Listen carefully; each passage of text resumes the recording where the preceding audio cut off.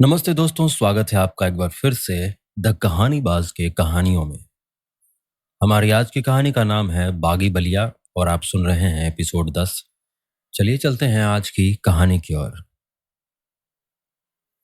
चलिए, अब से एक ही लक्ष्य, रफीक मियाँ अध्यक्ष, कहकर बसंत राजभर दोनों को गले लगा लिया। संजय ने उसके गले लगते हुए ही उसके कान में कहा, सुनिए, कॉलेज की बहनें सुरक्षित नहीं है, आप देख ही चुके हैं। हाँ संजय भाई, मैंने सुना था, मुझे दुख है उसका। मगर जो आपने नहीं सुना वो ये है कि जूलॉजी वाले माट साहब आजकल कुछ ज़्यादा ही विधिवत शोध करा रहे हैं। एक दलित बहन है, रोज लैपटॉप पर काम करवाते हैं और अक्सर उसका दूसरा ही फोल्डर खुल जाता है। बेचारी भयभीत है और परेशान भी। अब रफ़ीक मियाँ तो आचार संहिता से बंधे हैं। हम अगर पीटें तो कॉलेज कहेगा कि व्यक्तिगत खुन्नस किसी और पर निकाल रहे हैं। समझ गए संजय भाई? हम अभी पता लगाते हैं, शाम तक शताब्दी निकाल देंगे उनकी। रफ़ीक भी साथ रहेंगे वैसे। लड़कियों में व्याप्त भय का माहौल हटेगा और अगले साल के लिए आपका पक्ष भी मजबूत हो जाएगा। संजय ने कहते हुए बात खत्म की। आप चिंता ना करें, हम रेल निकालते हैं उनकी। यही साले शिक्षकों का नाम खराब कर रहे हैं, कहकर राजभर उठा और बाहर की ओर निकल गया। राजभर ज्यों ही कोठे की छत से नीचे की ओर उतरा कि अजीजन के उस कोठे की छत पर गुलनार गुलाब शरबत लिए हुए चढ़ आई। गुलनार को देखते ही रफीक पहचान गया। वही गुलनार जिसकी जूती रफीक को लगी थी, वही गुलनार जिसकी जूती संजय के पास अब भी उस अपमान की यादगार थी। कौन थे ये साहब? आदाब का जवाब तक नहीं दिया। गुलनार ने गुलाब शरबत छत पर रखी पुरानी मेज पर रखते हुए बसंत राजभर की बावत पूछा। कठपुतली, संजय ने मुख्तसर सा जवाब दिया। ऐसा नहीं कहते, अल्लाह मियाँ किसी को कठपुतली ना बनाए।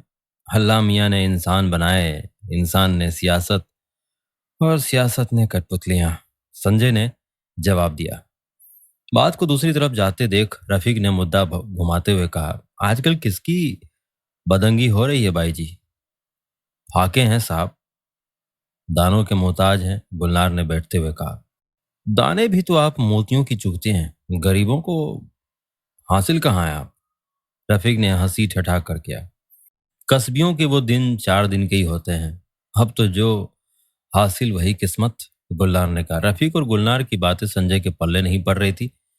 रफीक उसकी उलझन समझ गया और हंसते हुए कहा, पहचाने नहीं भाभी जी हैं, जिनका पांव छू के तुम आशीर्वाद लिए थे।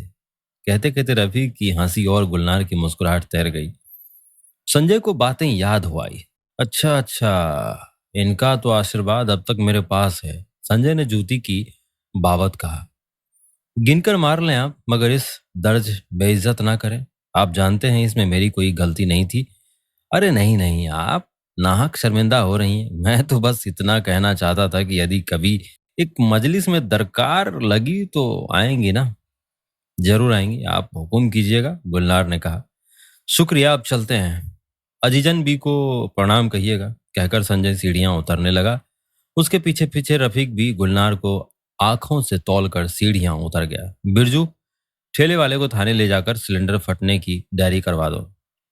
सीढ़ियां उतरते हुए ही संजय ने फोन से बिरजू को हिदायत कर दी। सीढ़ियां उतरकर मोटरसाइकिल पर बैठते हुए ही रफीक ने संजय से कहा, नेता सब ठीक ठीक हो रहा है, लगता है सब ठीक होगा।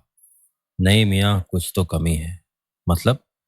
मुस्लिम वोट भटकने का जो डर था वो मेरे उठ जाने से बट ही गया, बल्कि मेरे पास ही ज्यादा लौंडे हुए। लड़कियों के वोट का इंतजाम भी किया ही गया है, दलित वोट भी आज लगभग सेट हो ही गया। अब क्या कमी है? पता नहीं मियाँ, मगर कुछ तो कमी है अभी। ऐसा क्यों लग रहा है तुम्हें? दो कारण हैं। एक तो डॉक्टर साहब की बात अभी तक समझ नहीं आई।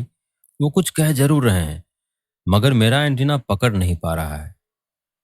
और दूसरी बात यह कि अनुपम राय इतना निश्चिंत कैसे है? तुमने देखा कि हमारी कोशिशों, हमारे वोट बैंक से उसे रत्ती भर भी फर्क नहीं पड़ रहा।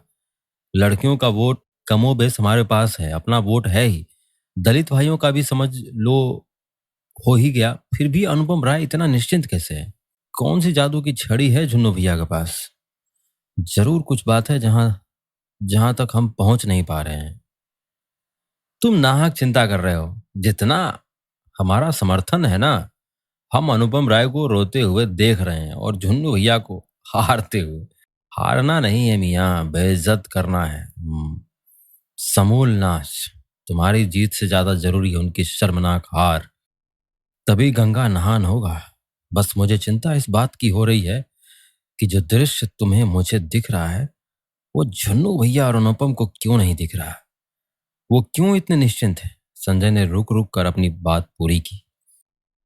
चुनाव के दिन करीब आते गए। शहर हाथ के लिखे चुनावी पोस्टरों, झालरों, झंडों और पर्चों से फटने लगा। महत्वपूर्ण जगहों पर आदम कद कट आउट्स के लिए झगड़े आम हुए, निपटाए और सुलझाए गए। जुन्नू भैया ने अनुपम राय पर भी पर्ची खोलकर पैसा खर्च किया। जहां भी जितना लगाया जा सकता था उससे उससे ज्यादा ही लगाया गया और इस तरह से एक मुकाबले में जहां अनुपम राय आगे था चुनाव लड़ने के लिए, जो मौलिक खर्चे थे उसमें भी संजय और रफीक को कमी आ रही थी। रफीक इस बात को जानते हुए भी चुप था। वो दरअसल ज्योति की आत्महत्या के बाद से ही चुप था।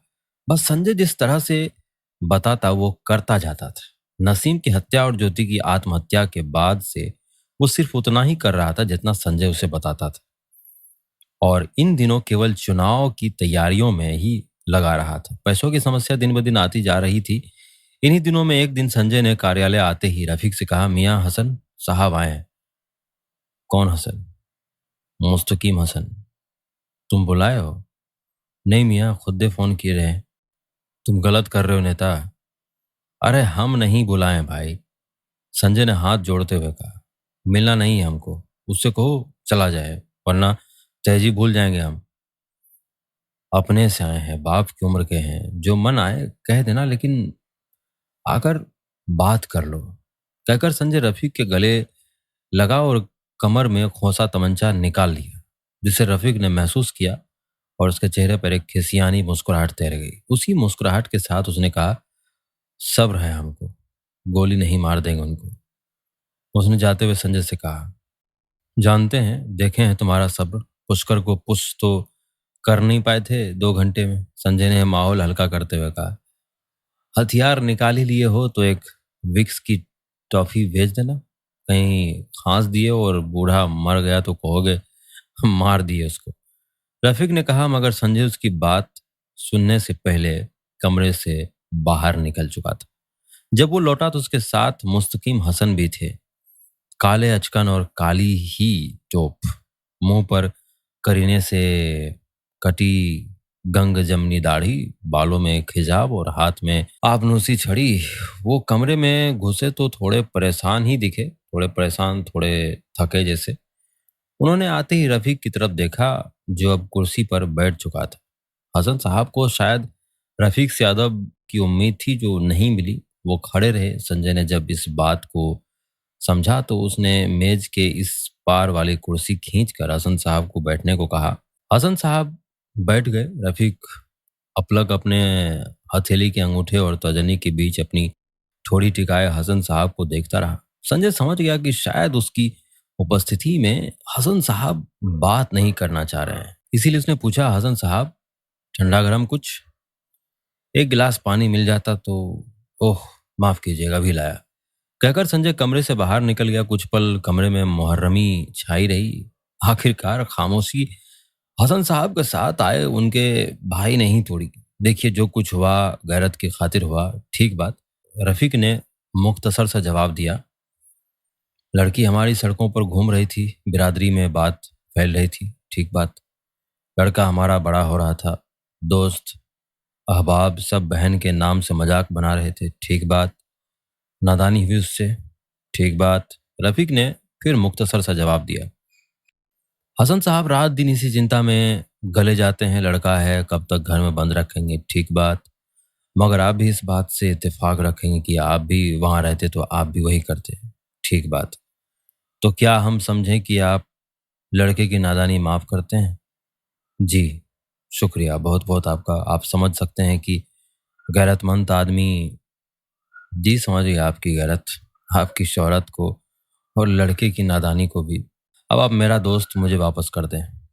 रफीक ने उसी स्वर में कहा। जी, मैं समझा नहीं। गलती मेरी थी। गुस्सा आपके बेटे का जायज़ था। मैं अपनी मौत के लिए उसे माफ़ करता हूँ। मेरे दोस्त की जान लौटा दीजिए। उसकी क्या गलती थी? आप अब तक शायद लड़के की नादानी को माफ़ नहीं कर पाए हैं।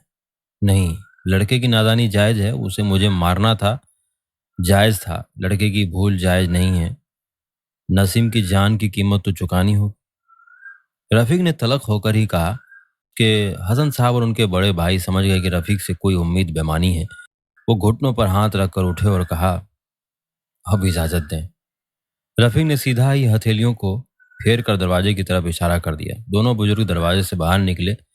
दरवाजे के ठीक बाहर संजय हाथ में पानी का गिलास लिए खड़ा था। उसने हसन साहब को पानी का गिलास दिया और उनके बड़े भाई से कहा, हसन साहब, इसरार मियाँ की जान की कीमत 5 लाख रुपये। लेकिन रफ़ीक मियाँ तो, बड़े हसन साहब ने कहा, वो मालिक हैं, खुद नहीं मांगते। उसके लिए हम जैसे मंगतों को रखा है। संजय ने कहा, 5 लाख मगर ज़्यादा है संजय जी, और आजकल तो धंधा भी।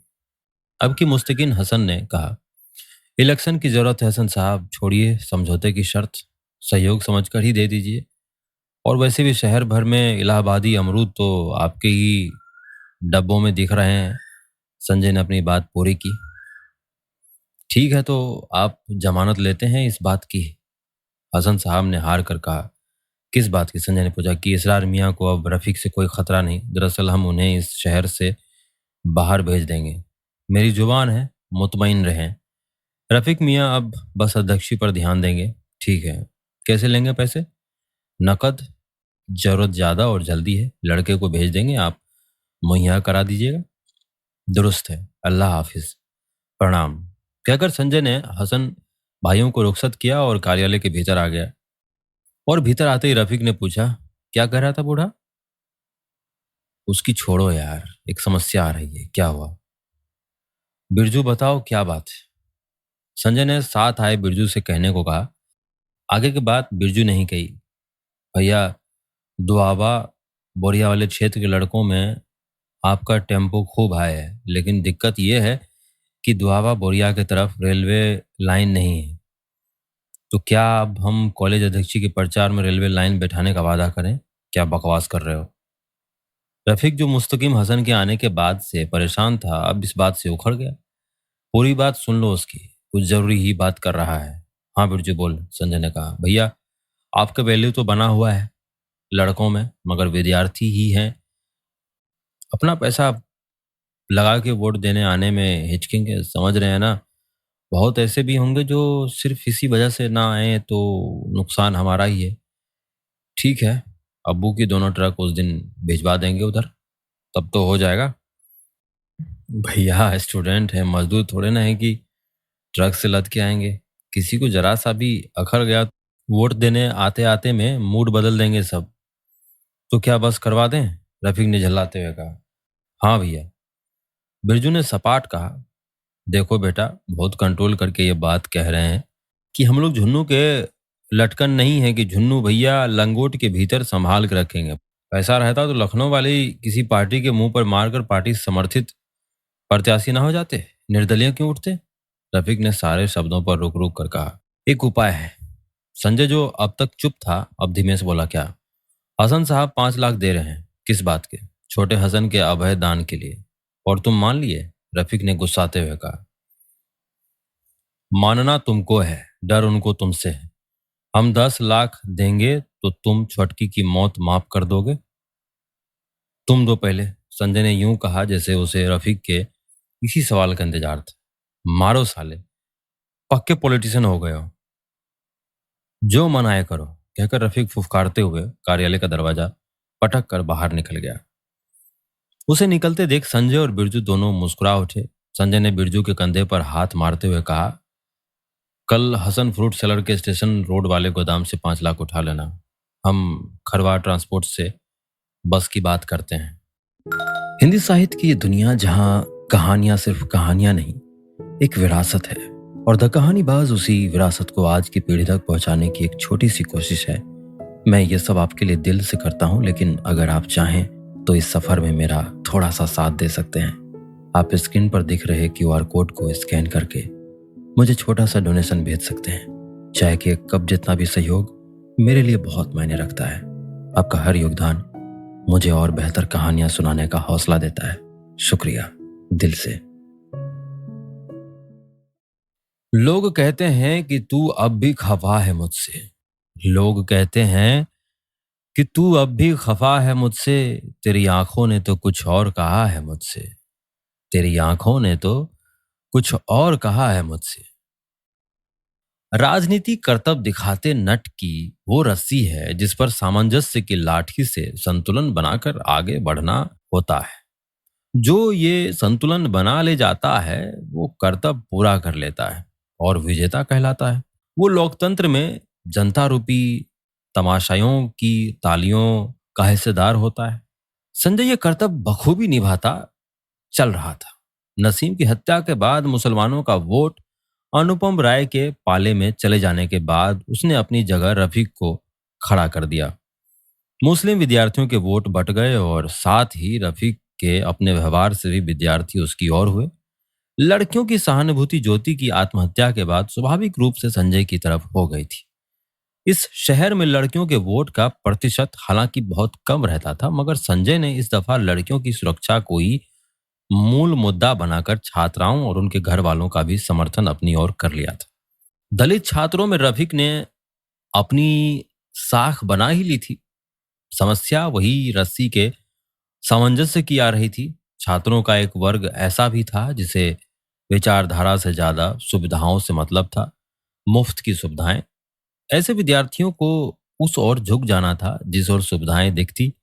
पढ़ाई और समस्याओं का निराकरण तो संजय और रफीक मिलकर करते ही आ रहे थे, मगर फिर भी ऐसे विद्यार्थियों की थाह ले पाना संभव नहीं हो पा रहा था। चुनाव नजदीक आते जा रहे थे। आज रफीक को चुनावी काम से बिरजू के साथ बाजार जाना था और संजय को पैसे का बंदोबस्त करने के लिए निकलना था। संजय और बिरजू कार्यालय में थे, मगर रफीक अभी पहुंचा नहीं था। उसी का इंतजार करते हुए बिरजू ने संजय से कहा, भैया कॉलेज में ये जींस पैंट वाले हीरो सब ऊंट है साले। क्या हो गया? संजय ने मुस्कुराते हुए कहा, किस करवट बैठेंगे पता ही नहीं चल रहा है। क्या हुआ? कुछ नहीं भैया, था पता नहीं लग रहा है उनका। हमारे मुंह पर हमारी जिलेबी छानते हैं, अनुपम रेवा के मुंह पर उसका शहद टपकाते हैं। बिरजू ने कहा, खाए अघाए लड़के हैं, इनको कॉलेज जिला राजनीति रफीक अनुपम राय से मतलब नहीं है। अपने में जीने और खुश रहने वाली प्रजाति हैं ये। संजय ने आईडी कार्ड देखते हुए कहा, फिर कैसे सटेंगे ये लोग? नई उम्र वाले लड़के हैं, ज्यादातर भारी हैं, जिनका कहीं ना हुआ एडमिशन या फिर इंजीनियरिंग मेडिकल के चक्कर में साल गंवाए हैं और अब कोई उपाय नहीं रहने पर ग्रेजुएशन कर रहे हैं। इनको सिम बांटो, 3 महीना फ्री वाला। साथ में प्रभु जेरोक्स वाला को बोल के नोट्स फ्री जेरोक्स करवा दो। वोट गिर जाएगा रफीक के हिस्से। संजय ने कहा, बात तो ठीक है भैया, लेकिन सिम आएगा कहाँ से? तुम्हारे पास जितना आई कार्ड है ना, जो मिट्टी तेल निकालने के लिए आया था उसको जेरॉक्स करवाओ। प्रभु वाले को ही दे दो, बाकी फॉर्म वो खुद भर लेंगे। 300 सिम ले लेना कम से कम। हॉस्टल में, लॉज में, घर में, जहां भी मिले इनको सिम पकड़ा दो फ्री बता के। गलत नहीं होगा भैया। 3 महीना बाद अपने बंद हो जाएगा। वेरिफिकेशन होगा तो या तो वेरीफाई करवा लेगा सब, या फिर छोड़ देगा सिम। तब तक इलेक्शन खत्म हो जाएगा, अगले साल कोई दूसरा रफीक फिर देगा। तुम चिंता ना करो, कल ये काम करवाओ। ठीक है भैया। भैया एक और बात। कहो। भैया, क्या हम ही देख रहे हैं या आप भी देख पा रहे हैं? बिरजू ने थोड़ी उलझती हुई बात की। क्या? संजय ने पूछा। यही कि रफीक भाई का मन कहीं और रहता है। वो ग्लानी में तो हैं, अध्यक्ष जी लड़ तो रहे हैं, मगर उनका मन कहीं और है। वो बस साथ निभा रहे हैं। हाँ, उजमा को लेकर परेशान है। कहता नहीं है, मगर हम समझते हैं। संजय ने कहा, जिसका बिरजू ने कोई जवाब नहीं दिया। चलो तुम निकलो, सिम निकलवा लो, जल्दी बांटना भी है। कहकर संजय कार्यालय से निकलने को हुआ तो उसने देखा कि रफीक अब कार्यालय में प्रवेश कर रहा है। यार नेता, नाड़ा का गांठ फंस गया था, खुला ही नहीं। कैंची से काटना पड़ा, इसी वजह से लेट हो गया। कैंची वैची वहां मत ले जाया करो मियाँ, एक बार कटाई है दोबारा उड़ जाएगा। संजय ने मजाक किया, जिस पर रफीक ने महज मुस्कुराकर कोरम पूरा किया।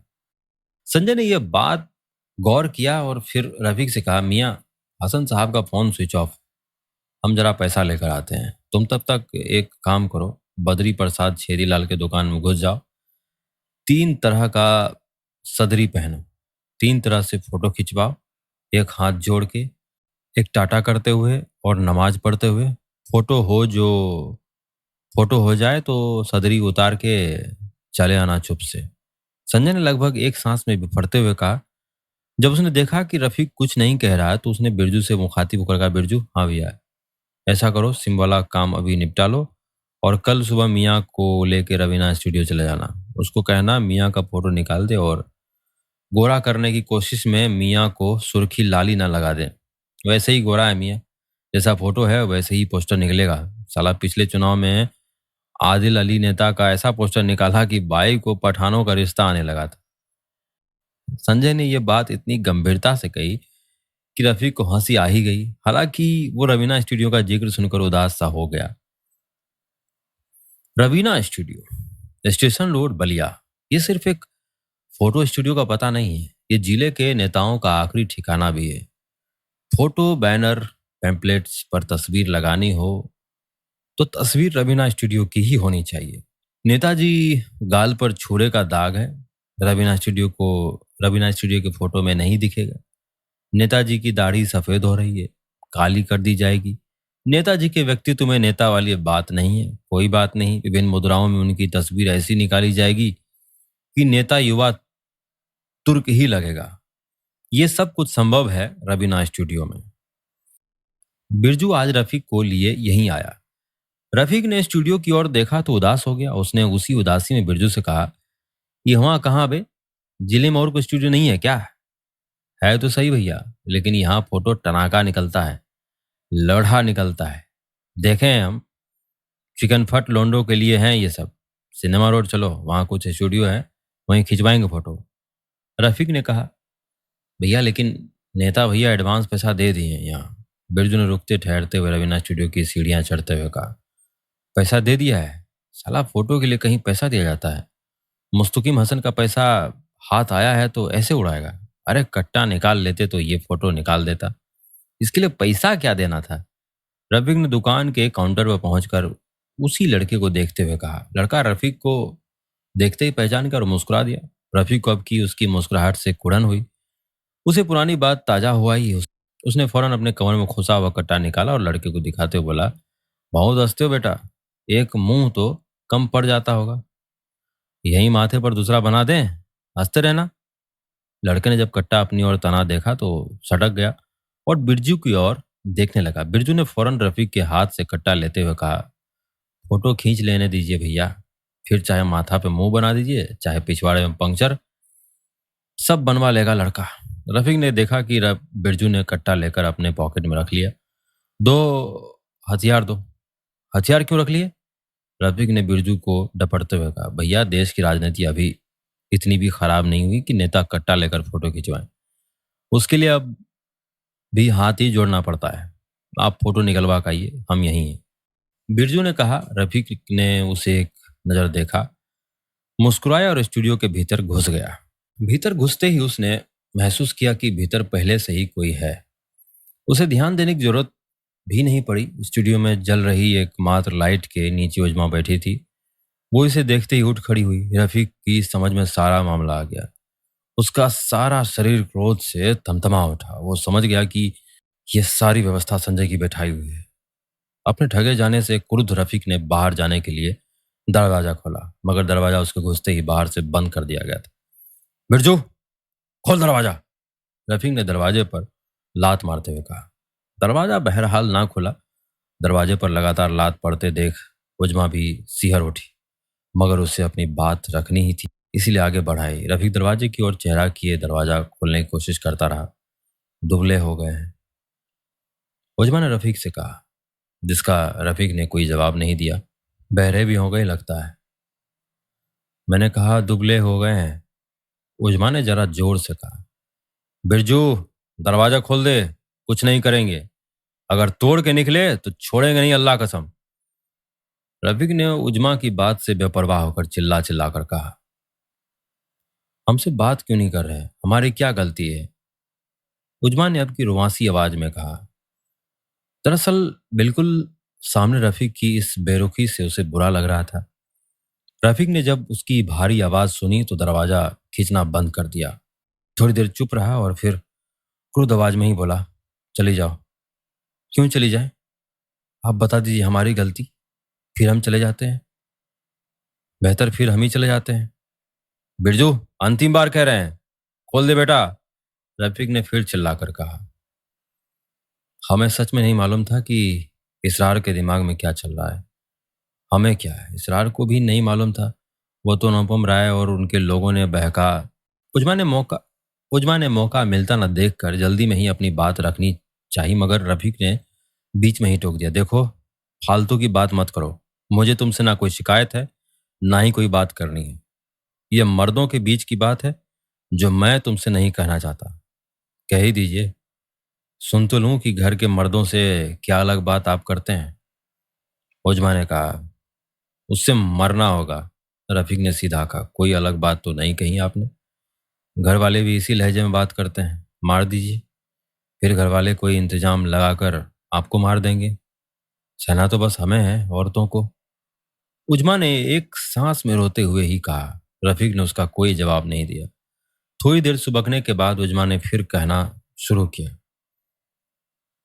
आपने अनुपम को थप्पड़ मारा, हुआ क्या? ज्योति गई।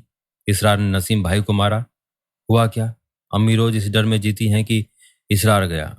आप इसरार को मार दीजिए और साथ ही मुझे भी, क्योंकि मैं अब इस दुख में जीना नहीं चाहती जिसमें मैंने ज्योति को मरते देखा और अम्मी को मरते देख रही हूँ। कहते कहती उजमा ने अपनी आंखें रफीक के पीठ पर सटा दी। रफीक ने पहले तो हटने की कोशिश की, मगर जब उजमा ने पीछे से दोनों हाथों से उसे बांध लिया तो उसने जबरदस्ती नहीं की। उजमा रोती रही, इतना कि आंसुओं के नमक ने तनकर खड़े पेड़ को गला दिया। रफीक पहले उससे अलग तो हुआ, मगर अब साथ लगी कुर्सी पर बैठ गया। दूसरी कुर्सी नहीं थी और गुस्से में पागल हुए रफीक को इस बात की समझ भी नहीं थी। उजमा को कुर्सी की जरूरत भी थी उजमा को कुर्सी की जरूरत भी नहीं थी। वो नीचे ही बैठ गई। उसने रफीक के बाएं घुटने पर अपना सिर रख दिया। रफीक ने घुटना नहीं हटाया। आंसू अब ढुलक कर रफीक के घुटने पर गिरने लगे। इसरार को माफ कर दीजिए, नादान है वो। उजमा ने रफीक की घड़ी के शीशे पर उंगली फिराते हुए कहा, नहीं कर पाता। हर रोज सोचता हूं कि ना सोचूं। हर रोज, मगर नसीम का हंसता चेहरा मेरे सामने आ जाता है और उससे भी ज्यादा परेशान करती है वो बात की निशाना दरअसल मैं था। ना मैंने उस दिन उसे अपनी गाड़ी दी होती, ना नसीम की मौत हुई होती। नसीम मेरी मौत नसीम मेरी मौत मरा है। रफीक ने छत की ओर देखते हुए कहा, ऐसा बोझ नहीं रखते। नसीम भाई बेहद भले इंसान थे। अल्लाह मियां जमीन पर हम जैसे गुनाहगारों को रखते हैं। अच्छे लोगों की जरूरत उन्हें भी होती है। उन्हें अल्लाह मियां ने बुला लिया है। आप खुद को कसूरवार ना समझे। उजमा ने अपने दोनों हाथ रफीक के पांव में फंसाते हुए उसके घुटने पर सिर रखे हुए ही कहा, फिर भी वो हंसता है मुझ पर, सोने नहीं देता। जब नींद आने को होती है, कम वक्त पहले आ जाता है जहन में। रफीक ने सिर पकड़े हुए ही कहा। उसके इतना कहती उजमा उसका पांव छोड़कर घूम गई। अपने घुटनों पर ही बैठी हुई। अब वो कुर्सी पर बैठे रफीक के ठीक बराबर थी। उसने रफीक की उदास आंखों में देखते हुए कहा, नसीम भाई इतने भले इंसान थे कि वो किसी की नींद भी नहीं खराब कर सकते, और फिर आप तो भाई जैसे थे उनके, इसीलिए कुछ मत सोचिए।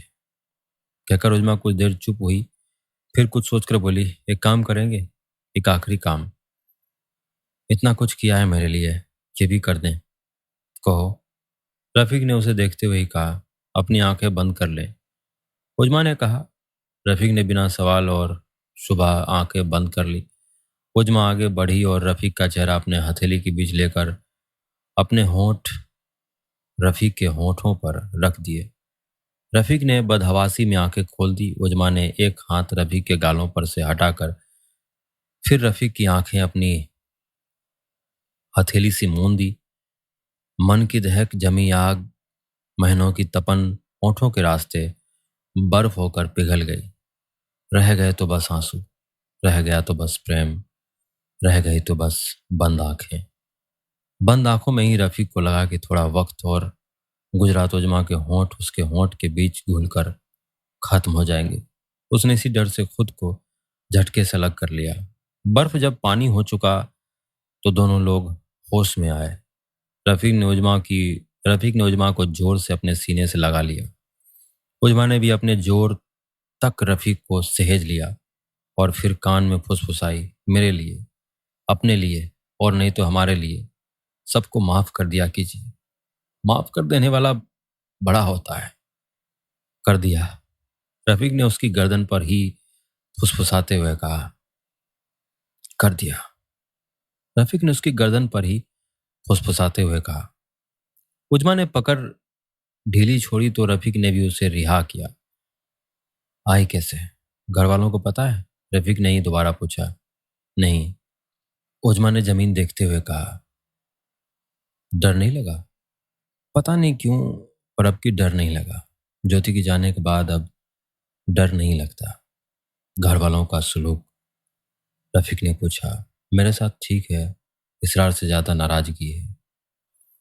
इसरार से कहना डरे नहीं और पढ़ाई पर ध्यान लगाए, रफीक ने कहा। शुक्रिया, दिल पर से बोझ हट गया। अब चलूं? उजमा ने उठते हुए कहा। हाँ। रफीक भी उसके साथ उठा। नहीं, आप बैठे रहें। संजय भाई ने कहा कि मेरे निकलने के 10 मिनट बाद आप निकले। उजमा ने रफीक को कंधे से बैठाते हुए कहा। रफीक बैठते हुए बोला। अच्छा, तो सारा परपंच नेता का न था हुआ है, तभी हम कहें बिरजू नहीं कर सकता। रफीक की बात सुनकर उजमा मुस्कुराई। उसने रफीक के गालों पर प्यार टांका और बुर्का गिराकर दरवाजे पर खड़ी होकर बोली। बिरजू भैया। उजमा के इतना कहते ही एक बार में दरवाजा खुल गया। रफीक ने मुस्कुराते हुए माथा पकड़ लिया। उजमा तेज कदमों से चलती हुई बाहर निकल गई। रफीक बहरहाल बैठा रहा। उजमा के निकल जाने के बाद रफीक को 10 मिनट बैठना था, मगर अभी 5 मिनट भी नहीं बीते होंगे कि दरवाजा फिर खुला। रफीक ने देखा कि संजय भीतर आ रहा है। क्या मियाँ? कुछ जड़ी वड़ी मिला कि वैसे ही तन्हाई जाया कर दिए? संजय ने दोनों हाथ खोलकर मुस्कुराते हुए कहा। रफीक उसे देखते ही उठा और उसके गले लगकर फूट फूट कर रोने लगा। आग साला, लगता है भाभी मुगलानी खूब रुला के गई हैं। चुप करो। रफीक का रोना मगर चुप नहीं हुआ। वो और जोर से हिचकियां लेने लगा। अबे साले, रो लेना, पहले ये बताओ कि जड़ी वड़ी मिला कि नहीं। संजय ने फिर वही बात की। अब की बार रफीक को रोते हुए भी हंसी आ गई। उसने यूं ही गले लगे बिना कुछ बोले हामी भरते हुए सिर हिलाया। शाबाश, अब हुआ मोर्चा फतेह। तन्हाई में सहनाई बज गया मतलब, संजय ने खुश होकर कहा। बिरजू जो दरवाजे पर खड़ा ये देख रहा था, अंततः बोला। भैया, तन्हाई और सहनाई वाला किस्सा जिला बर्दाश्त कर लेगा। वहां फिर भी लड़का लड़की का मामला है, लेकिन ये जो आप लोग अभी कर रहे हैं ना, ये कोई देख लिया तो स्टूडियो सहित जिले में आग लग जाएगा। पटाक्षेप कीजिए। भाग साला, रफीक ने हंसते हुए अपनी कोल्हापुरी निकाली और प्यार भरी नाराजगी से बिरजू की ओर चल दी।